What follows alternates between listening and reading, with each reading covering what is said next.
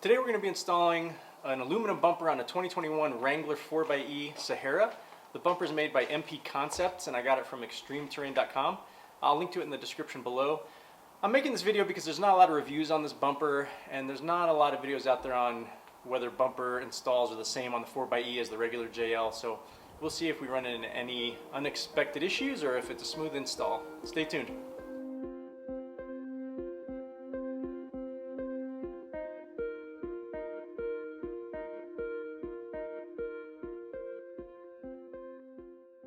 Bumper didn't come packaged real great. It's got a lot of bubble wrap. It was kind of banging around with all the other parts in a cardboard box. We'll take it out of this bubble wrap and see how it looks. There's a few other parts that come with it. A little air deflector or skid, a winch mounting plate. We'll be putting all that on today. So here it is on the inside. It's in pretty good shape. There's a couple little scratches, but it looks alright. Let's flip it over and take a look at the front. So the front of this bumper looks really nice. No scratches, it's in good shape despite the beat up packaging. Check out the other parts. So part of the stock bumper assembly is this, undercarriage kind of plastic body protector or air deflector. This bumper comes with an aluminum replacement right here, but as you can see, this did get kind of beat up in shipping, but I don't think it really matters because it's kind of its job. It's going to be on the undercarriage, and getting beat up is probably only a matter of time. Doggo's interested in it. So this bumper does come with a winch mounting plate. The mounting plate's made out of pretty heavy steel. It's made to line up against the frame holes and sandwich behind the bumper. So this will install here. You might need a lift or a second hand to hold that in place because you're going to have to put the bumper itself over that while it's held in place. You can see when you receive the bumper, it comes with a conceal for non-winch use. We're going to remove this just with these Allen bolts. And then on the inside of the bumper, you can see we've got the same 8 bolts that are going to go through the winch plate and frame and tighten up with these nuts on the back end. So before we get to that, we're going to have to remove all of the fog lights and wiring from the old bumper, the stock bumper, and install them here. If it's anything like it was on my Sport, removing the fog lights is a pain. We'll get to that in a second. Once the fogs are in, this guy does come with some little trim covers that just snap into place like so once we have all of our lights wired up. So we'll see how that goes. So next up, we're going to install the fogs that we removed from the factory bumper. They install into some brackets that MP Concepts includes with this bumper kit. They go in like this and attach with 4 nuts and bolts included with this kit, and then the bracket itself bolts in to the bumper on the inside. The adjuster on these factory lights faces down. So we'll go ahead and install these and wire them up and work on the winch plate next. So after we've got the fog lights mounted in the bumper, we're going to install these brackets to support the winch plate. So these attach with a bolt and a nut on the inside of this little drop piece of frame rail. So we'll install this on this side and tighten this up. And let me see if I can show you up close. So these guys, you can see a bolt goes right in here, and the nut is accessed through this little gap in the frame. So there's this little gap where you can put the nut in and then you screw it in. And then similarly on this side, we're going to do the same thing with a bracket over here that we will install just like this. And then the winch plate can sit on top of these and bolt in, as well as obviously being fastened in with these 4 bolts that'll go right through the bumper into the frame. The next thing we're going to do here is install a couple of these hex nuts that it comes with into these little drop parts of the frame rail. These are going to be to attach the little skid plate, aluminum skid plate that this kit comes with. So there's two holes beneath where we mounted the winch plate bracket. They're hexagonal, so these fit right in there. These will take screws from a mounting bracket for the skid plate that'll kind of protect everything under here. It's replacing the plastic one that we took off earlier. We'll mount that up here in just a second as well. So now we're looking at the winch plate. It's resting on the mounts. Eventually this will be sandwiched between the bumper and the frame. For now we're going to rest this here and install the couple of bolts that the instructions tell us to mount the winch mounting plate to the bracket that's attached to the frame rail that we looked at just a little bit ago. So we'll just finger tighten these real quick. These take a big Allen key on the top, so if you don't have one, it's an 8mm. It's a tight fit, but 8mm is necessary for a lot of this hardware. So we got 2 on this side, we'll do 2 on the other side, and then we will move on to mounting the bumper. So one thing I wanted to mention is that if you find yourself alone, like I am, trying to install this, holding the winch plate up into exactly the right position to align everything can be tricky. So I just use a floor jack to support this and hold it still until I mount the bumper through these frame mounts. Otherwise, it's really tough to have this aligned. The brackets, the L brackets that go on the sides, I have them kind of loose right now until everything's lined up and looks good, and then I'll tighten them down all the way. Once those are cranked down tight, they should support the weight of this, and I can remove the jack. But just to make sure everything's aligned and right, before you go tightening down all of these little bolts that go into the side frame rails, you know, make sure it's all square and everything's lined up before you crank those down. So now we're ready to mount the bumper. We just have to remove all of the nuts.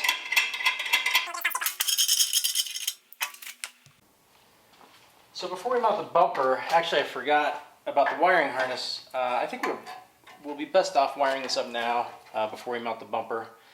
So we'll go ahead and plug everything in here.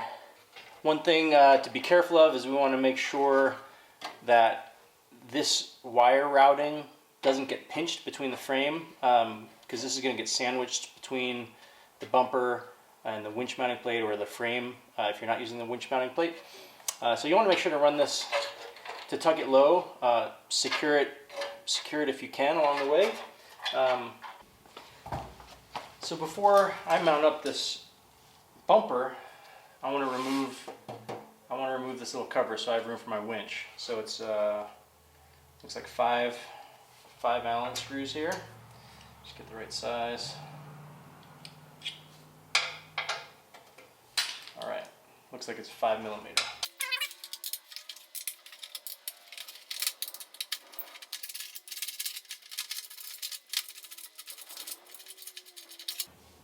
All right, we'll set this aside in case we need it if we sell the bumper.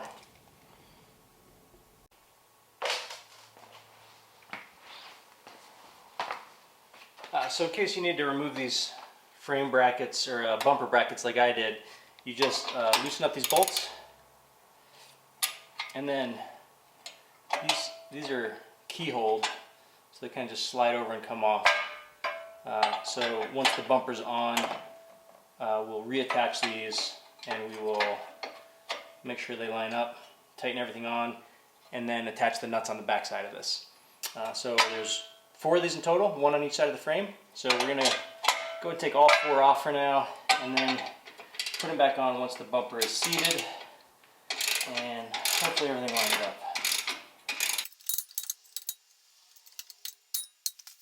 Alright, so now we're going to see if we can fit the bumper on, rest it in place, and reattach the bumper brackets and tighten everything down. Let's see what happens.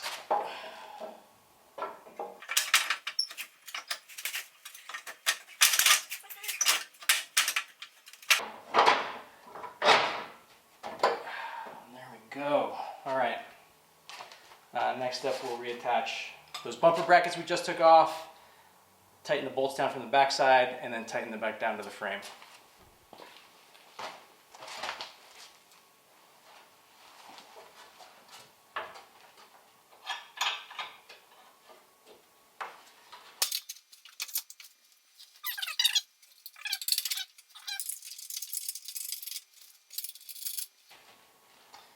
All right, then we'll tighten everything down with a wrench. Tighten the bolts from the bumper brackets back to the frame, and then install the skid plate. One other thing I want to point out is I was tightening this, there was a little bit of a gap between the winch mounting plate and the bumper, so I ended up loosening up these couple of bolts so that the winch plate could slide back a little bit as I tighten this, because you really want that front edge of the winch plate and the front end of the bumper and the bumper to all be tight with no space, so everything's tight and flush and square. So yeah, if you had already tightened down your winch mounting plate like I did, I'd advise loosening it just a little bit before cranking all the bolts down and then going back and retightening all the winch plate bolts.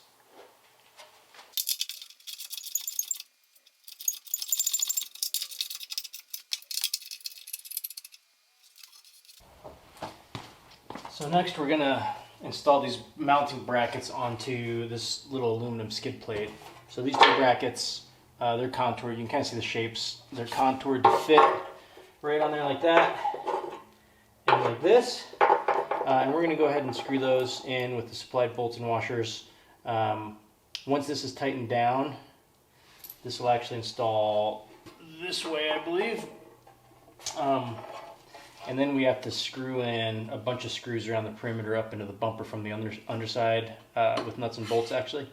So we'll do these first. We'll mount these into those hex nuts we put in the frame earlier, and then we'll tighten everything up along the perimeter. So I want to do a test fit of this winch. I realized we don't want to put on that skid plate yet. As soon as we put on the skid plate, we lose access to the underside of this winch mounting plate. So we want to mount up the winch before we put on that skid plate on the bottom. So I just did a test fit of this Smittybilt winch, and it looks like it's going to fit in here nicely. So I'll go ahead and mount this up first and then move on to the skid plate once I'm happy with how this is all mounted up. Alright, so now that we've got the winch installed, we've got our cables tucked under well enough, we're going to go ahead and try to mount the little skid plate now. We're going to try to line up those inside tabs with these kind of rib nuts, these little hex nuts that went in here.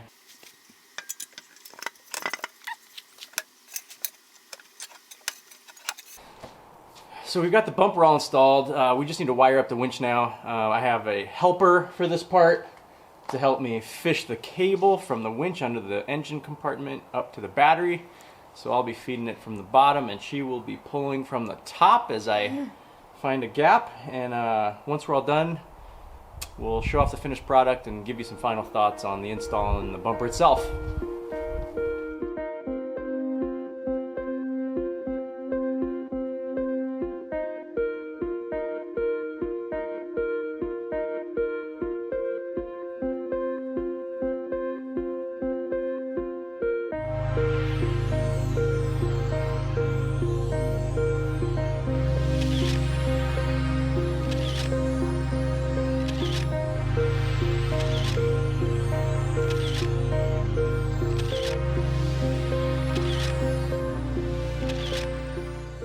So I've installed a couple of Jeep bumpers, and this one is the trickiest install I've done. You know, it was relatively straightforward. There's just lots of tedious stuff. The fog light routing, the skid plate installation. A couple of things just didn't line up exactly right without some real finagling. The skid plate specifically, I don't think there's any differences in the frame or the mounting holes or anything on the Jeep 4xe. Seems like everything's the same as the Sport or any other JL I've dealt with, but the main problem was there's a weld on the lower frame mount extension that was a little bit sloppy on this Jeep, and it interfered with the fitment of the skid plate. The hex riv nuts that went into the side, those mounting holes didn't quite align. They aligned fine on the driver's side, but the passenger side was a little bit off. So I opened them up just a little bit bigger so that they could mount. Other than that, everything went together fine. There's just a lot of screws and nuts and bolts. The clearances are really tight. Trying to get inside to tighten those riv nuts, I couldn't even get a camera in there to record it because it's really, you have to be a contortionist. the winch plate makes some of those clearances tight because you have to reach your hand between the winch plate and the bumper clearances to get in to tighten the bolts that mount the skid plate. If you didn't install the skid plate, this would be super simple. It was really kind of the toughest part, aside from removing the fog lights from the OEM bumper. If we were just installing this bumper with no fog lights, with no skid plate, it would have been an hour job. It would have been really fast. But as it was, this ended up taking over 4 hours.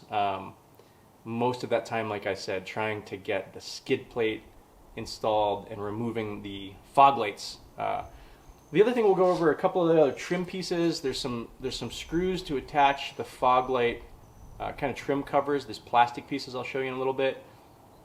Really tough to get those nuts and bolts installed without removing the fog lights.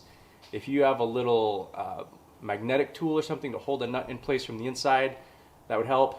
For me, I removed a back plate to try and just hold a nut in place with my hands while I screwed in from the outside, and it was tough. It was.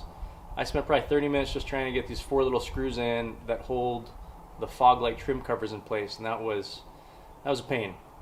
I do really like a lot of things about this bumper. We'll go over some of that in a separate review video that'll be pretty short and quick. I'll kind of give you a walk around of the pain points and the things I like and some of the things that could be better. But overall, I was looking for something lightweight, an aluminum bumper to keep the fuel efficiency of the 4xe intact as much as I could. This bumper without the winch plate or winch, it weighs the same as the plastic bumper that we removed with the little steel factory skid plate, so it's really light, it's easy to work with. Once you add the winch mounting plate and the winch itself, that obviously adds considerable weight, but it's still, I think, one of the later options out there. Looks a lot like the Rubicon bumper without the weight. We're running it with the full width, but you could remove the end caps to run a stubby. I might try that later, but I like how it looks for now. There's a couple places that I wish had covers on the rear. They're just open right now, and I'll walk you through that as well. But I'd recommend it. I would plan on, if you're planning on doing the lights and you're planning on doing the skid plate, I'd plan on at least a half-day install. Second set of hands would help, but you can do it. I did the whole bumper install solo. The only part I really needed help with was running the winch cables up, and that's to be expected. You could probably run those on your own if you felt ambitious. Thanks, guys. Also, if you did like this one, make sure to stay tuned. We are going to have another video reviewing and all of our thoughts about it and like how it worked and how hard it is to attach and all that.